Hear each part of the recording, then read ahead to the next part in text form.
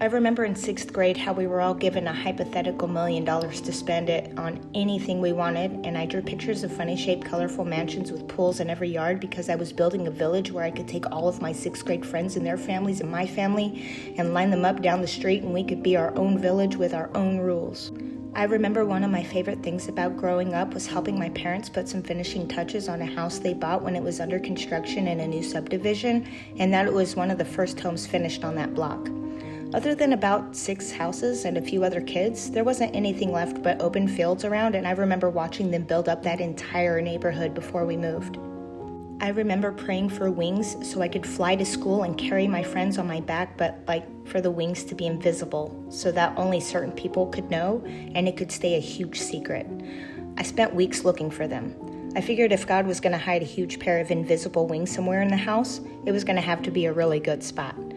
I wanted to be an angel and wanted my spot reserved in the choir. I also spent months freaking out internally, wondering if there was some other sadistic way God was going to answer my prayer and allow me to be an angel in order to give me angel's wings.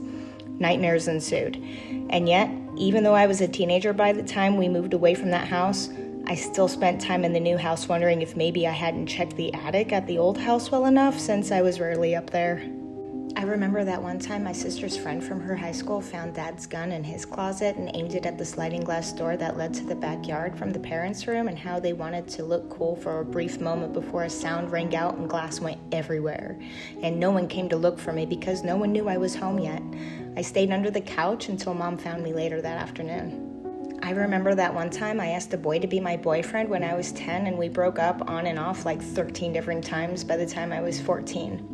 Mostly because he smoked cigarettes and I thought he was too young to smoke and they smelled like shit. 2 years later, I started smoking cigarettes.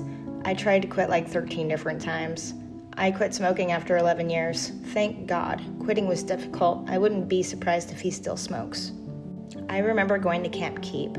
On the way up there, a couple of my friends and I saw a field of cows that had tags in their ears. When we asked why they had earrings on only one side, we were told it was because those cows were for eating. We decided to become vegetarians for 2 years after that. There was a boy with whom I was hanging out when the smoker boy was busy smoking. He was a hunter. Remembering. What random things to remember. What a funny thing it is to be alive.